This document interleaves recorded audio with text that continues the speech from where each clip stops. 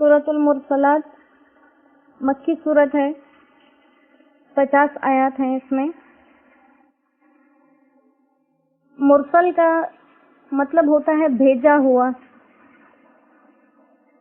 تو یہاں پر مرسل تو کہا اور یہ نہیں بتایا کہ یہ مرسل کون ہے، لہذا ابھی انشاءاللہ جب ہم اس کی تفسیر پڑھیں گے تو علماء نے جو تفاسیر کی ہیں اس کے ذریعے سے ہم اس کا اندازہ لگائیں گے۔ مرسل کا مطلب ہوتا ہے بھیجا ہوا، تو یہ بھیجی ہوئی چیزیں یہ اللہ کے پیغمبر بھی ہیں۔ مرسل بھیجے ہوئے فرشتوں کے لیے بھی آ سکتا ہے اور مرسل ہواؤں کے لیے بھی آ سکتا ہے جو اللہ سبحانہ و تعالیٰ بھیجتے ہیں۔ اور ہم چونکہ دنیا کے اندر رہتے ہیں تو جتنی قسم کی ہوائیں چلتی ہیں ہمیں مشاہدہ ہوتا ہے۔ کبھی ہوا چلتی ہے تو ہمیں اندازہ ہو جاتا ہے کہ یہ بارش آنے والی ہے، اس کے بعد کوئی ہوا چلتی ہے تو ہم کہتے ہیں اس کے بعد آندھی طوفان آنے والا ہے، کوئی ہوا ایک دم سے آندھی کی صورت میں چل پڑتی ہے۔ تو لہٰذا انہی باتوں کو ذکر کیا گیا ہے، اور مقصد اس میں کیا ہے؟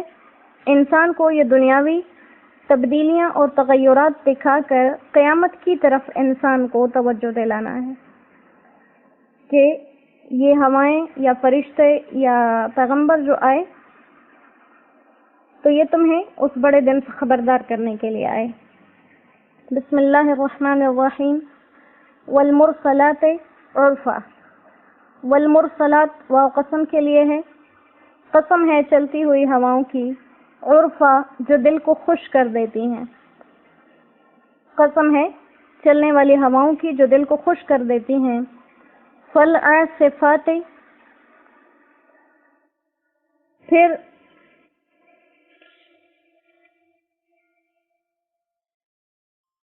اکھاڑ دینے والوں کی، عاصفہ زور سے، یعنی پھر ان ہواؤں کی جو بہت زور سے سختی سے چلتی ہیں، جو درختوں کو اور چیزوں کو جڑوں سے اکھیڑ دیتی ہیں۔ والناشرات، اور پھر ابھارنے والوں کی، نشرہ اٹھا کر۔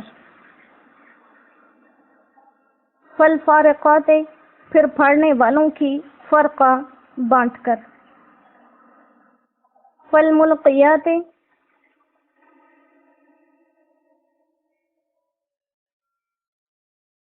پھر ان فرشتوں کی جو اتار لاتے ہیں ذکر وحی۔ عذراً، عذر بتانے کے لیے، خود سے الزام اتارنے کے لیے، او نذرا یا ڈر سنانے کے لیے۔ انما توعدون، بے شک جس چیز کا تم سے وعدہ کیا گیا ہے، لواقع، وہ ضرور ہو کر رہے گی۔ فاذا النجوم، پھر جب ستارے طمست مٹا دیے جائیں۔ واذا السماء، اور جب آسمان فرجت کھول دیا جائے، جب اس میں جھروکے پڑ جائیں، جیسے ہم نے پڑھا دروازے بن جائیں، اس میں جب آسمان میں جھروکے پڑ جائیں۔ وَإِذَا الْجِبَالُ، اور جب پہاڑ نصفت اڑا دیے جائیں۔ وَإِذَا الرُّسُلُ، اور جب رسولوں کا اقتت وقت مقرر ہو جائے۔ لِأَيِّ يَوْمٍ، کس دن کے لیے، اجلت چیزوں میں دیر ہے، لِيَوْمِ الْفَصْلِ، فیصلے کے دن کے لیے۔ وَمَا أَدْرَاكَ، اور تمہیں کیا معلوم، ما یوم الفصل، وہ فیصلے کا دن کیا ہے۔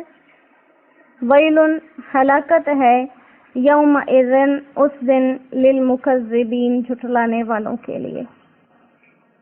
صدق اللہ العظیم۔ صفات بیان کی گئی ہیں، اس سے پہلے اس سورہ مبارکہ کا شان نزول ہے کہ یہ کس جگہ پر نازل ہوئی۔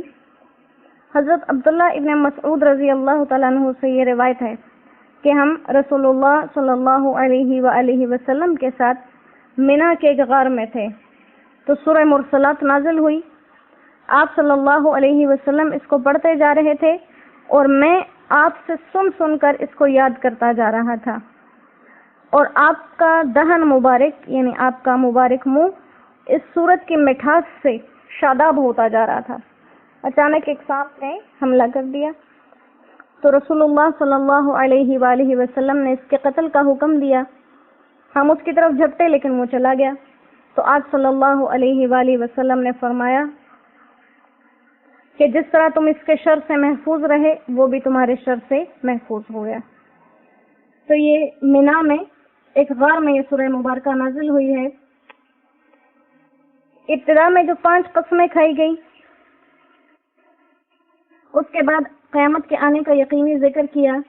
اب صفتیں تو یہاں 5 بیان کی گئی، مرسلات، آصفات، ناشرات، فارقات، ملقیات ذکر۔ صفتیں تو 5 ہیں، مرسلات یعنی کہ وہ چلنے والی، آصفات اکھیڑنے والی جڑ سے، ناشرات ابھار دینے والی، نشر کر دینے والی، فارقات جدا جدا کر دینے والی، ملقیات ذکر نصیحت لانے والی۔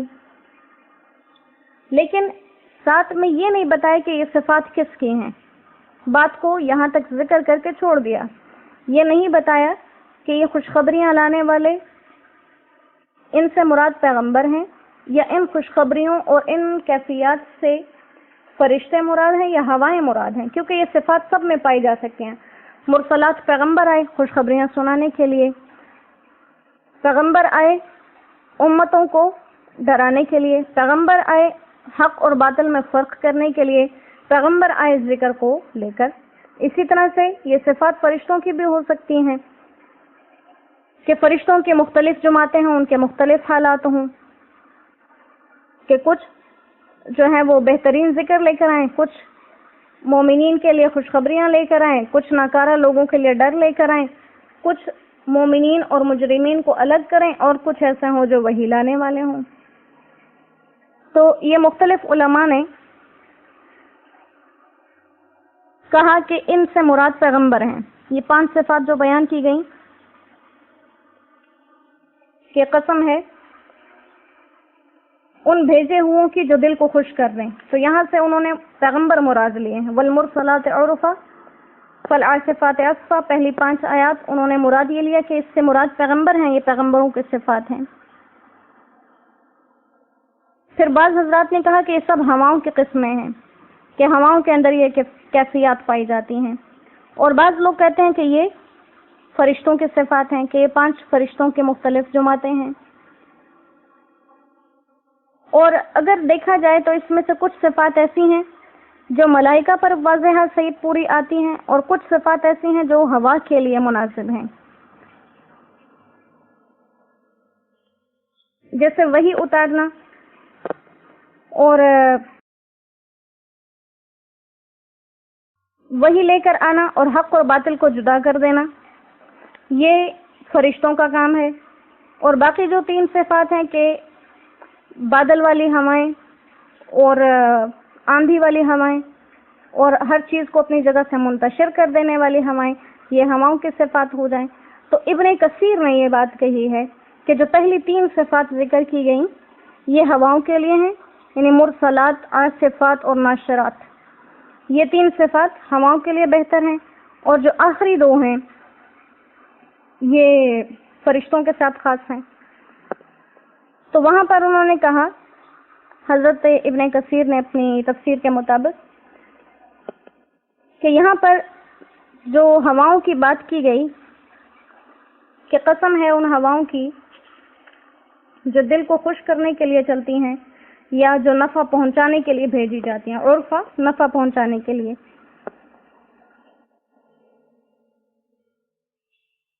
تو انہوں نے کہا کہ یہ ہوا کی صفت اس طرح سے ہو گئی جو نفع پہنچانے کے لیے آتی ہے کہ بارش لے کر آئے، اور ظاہر ہے جب بارش ہوگی تو اس کا نفع سب کے سامنے ہے کہ بارش کے کیا کیا منافع ہیں۔ اسی طرح سے عرفہ کا دوسرا مطلب ہوتا ہے لگاتار آنا، تو بھی مطلب یہ ہو گیا کہ وہ ہوائیں جو بارشوں اور بادلوں کو لے کر لگاتار چلتی ہیں۔ آصفات کا مطلب ہوا کا تیز چلنا، تو اس سے مراد وہ ہوائیں ہو گئی جو آندھیاں اور تیز چلیں، جو بعض اوقات دنیا میں ایسے حالات آتے ہیں۔ اور ناشرات وہ ہوائیں جو بارش ختم ہونے کے بعد بادلوں کو وہاں سے دور کر دیں، جیسے ہم دیکھتے ہیں کہ بارش ہونے کے بعد بادل کسی بھی ایک طرف تیزی سے اڑتے جا رہے ہوتے ہیں۔ پھر فارقات جو 4تھے نمبر پر ہے، تو ابن کثیر فرماتے ہیں یہ فرشتوں کی صفت ہے کہ جو وحی کو اتار کر حق اور باطل میں فرق کر دیتے ہیں۔ اور ملقیات ذکر، یہ بھی فرشتوں کی صفت ہے اور ذکر سے مراد قرآن پاک یا مطلقاً ہر وقت میں آنے والی وحی ہے۔ مطلب یہ ہے کہ وہ فرشتے جو بذریعہ وحی حق و باطل میں فرق کرنے والے ہیں، اور ان فرشتوں کی بھی قسم جو انبیاء علیہ السلام پر ذکر یعنی وحی اور قرآن کو لے کر آتے تھے۔ تو اسی طرح اس صورت میں پہلے 3 صفات ہواؤں کی ہو گئی اور دوسری جو 2 صفات ہیں وہ فرشتوں کی ہو گئی۔ تو پھر آگے یہ کہا کہ یہ جو ہوائیں چلتی ہیں اور یہ جو فرشتے وحی لے کر آتے ہیں، یہ کیوں آتے ہیں؟ فالملقیات ذکرا، وہ فرشتے جو وحی لے کر آتے ہیں۔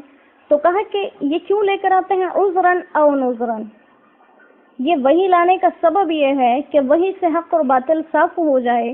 تو اگر مومنین سے کوئی کوتاہی ہوئی ہے عذراً تو وہ اپنا عذر پیش کر سکیں، اور عذر پیش کرنے میں کیا ہے؟ وہ توبہ کر سکیں، اپنے اعمال سے استغفار کر سکیں۔ اور نذراً، جو لوگ کافر ہیں اور باطل پر ڈٹے ہوئے ہیں اور باغی ہیں، سرکش ہیں، ان کو ڈر سنانے کے لیے یہ وحی لائی جاتی ہے۔ تو یہ وحی اتارنے کا مقصد بیان کیا۔ پھر ان سے کہا گیا کہ قیامت کے بارے میں تم جو سوال کرتے ہو کہ وہ کب آئے گی اور کیوں نہیں آ رہی، وقت آنے میں دیر کیوں ہے، وعدہ کیا جا رہا ہے قیامت نہیں آ رہی، تو کہا انما توعدون لواقع، جس چیز کا تم سوال کرتے رہتے ہو، جس کا تم سے پیغمبروں کے ذریعے وعدہ کیا گیا ہے کہ حساب کتاب بھی ہوگا، سزا اور جزا بھی ہوگی، یہ واقعہ ضرور پورا ہو کر رہے گا۔ اور اس کے پورا ہونے کے کچھ واقعات ذکر کیے گئے، جیسے ہم 30ویں پارے میں بار بار قیامت کی یہ ساری نشانیاں پڑھ چکے ہیں کہ قیامت آنے کے لیے کیا ہوگا؟ ستارے بے نور ہو جائیں گے۔ کیسے بے نور ہو جائیں گے؟ یا تو بالکل ختم کر دیے جائیں گے یا موجود تو رہیں گے لیکن ان کی روشنی ختم ہو جائے گی، تو پوری دنیا پر اندھیرا ہو جائے گا۔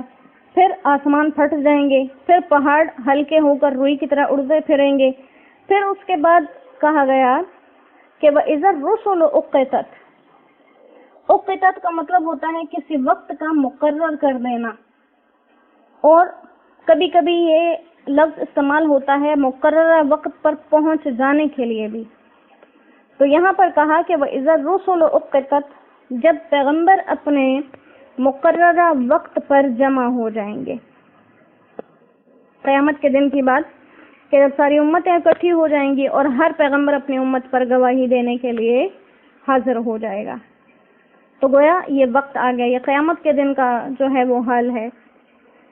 اور اسی کے بارے میں سورہ نساء میں بھی ہم پڑھ چکے تھے کہ آپ صلی اللہ علیہ وآلہ وسلم سے یہ بات کہی گئی کہ جب ہر امت سے ان کا گواہ پیش کیا جائے گا اور ان تمام پر گواہی دینے کے لیے آپ کو لایا جائے گا، تو یہ وہ وقت ہے جب تمام پیغمبر جمع کر دیے جائیں گے اور فیصلے کا دن آ جائے گا۔ اور فیصلے کا دن کیا ہے کہ جس میں ہر انسان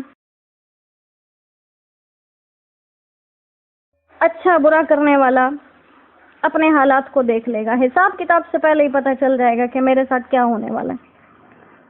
تو کہا کہ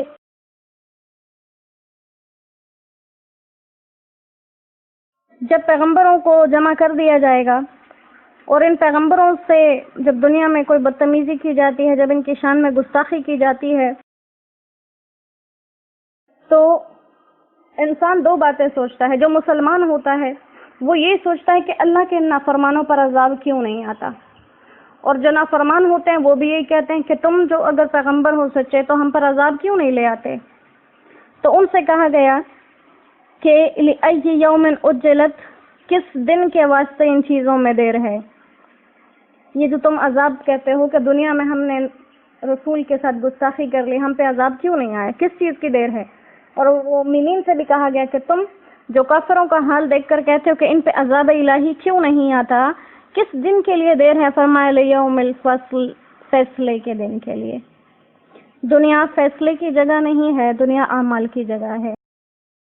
یہاں پر اللہ کی ذات میں، اللہ کی شان میں گستاخیاں کرنے والوں کو بھی کچھ نہیں کہا جاتا، یہاں نبی کی شان میں گستاخی کرنے والے کو بھی اللہ چھوڑ دیتے، یہاں دین پر مذاق کرنے والوں کو بھی اللہ چھوڑ دیتے۔ کیوں چھوڑ دیتے؟ لیوم الفصل، اللہ فرماتے ہیں میں نے فیصلے کا دن رکھا ہوا ہے، ہر دن فیصلے کا دن نہیں ہوتا۔ جیسے ہم دنیا میں کسی بھی ادارے سے منسلک ہوں، چاہے وہ کام کے حوالے سے ہو، چاہے وہ پڑھائیوں کے حوالے سے ہو، تو ہر دن رزلٹ کا دن نہیں ہوتا، ہر دن اپنی کارکردگی بتانے کا دن نہیں ہوتا، بلکہ ہر جگہ پر سالانہ یا کچھ مہینوں کے بعد کا ایک وقت ہوتا ہے جس میں ان تمام مہینوں کا حساب کتاب دیا جاتا ہے۔ تو اللہ فرماتے ہیں لیوم الفصل، یہ فیصلے کے دن کے لیے میں نے یہ باتیں روک کر رکھی ہیں، اور وہ فیصلے کا اتنا عظیم الشان دن ہے کہ ویل یومئذ للمکذبین، ہر وہ شخص جس نے جھٹلایا اللہ کی شان کو، اللہ کی ذات کو، پیغمبروں کی ذات کو، پیغمبروں کی رسالت کو، دین کے احکامات کو، دینی مسائل کو، کسی بھی چیز کو جس انسان نے جھٹلایا ہے اس کے لیے ہلاکت ہے۔ ویل بمانا بربادی کے، اور روایات حدیث میں ہے کہ ویل یہ جہنم کی ایک وادی کا نام ہے جس میں اہل جہنم کے زخموں کی پیپ جمع ہوتی ہے، اور یہ ان لوگوں کے لیے سزا کے طور پہ ہے جو کہ مکذبین ہیں، یعنی کہ جھٹلانے والے۔ تو کہا کہ یہ فیصلے کا دن آئے گا اور ہر انسان کو اس کے کیے کی سزا اور جزا کا اندازہ ہو جائے گا۔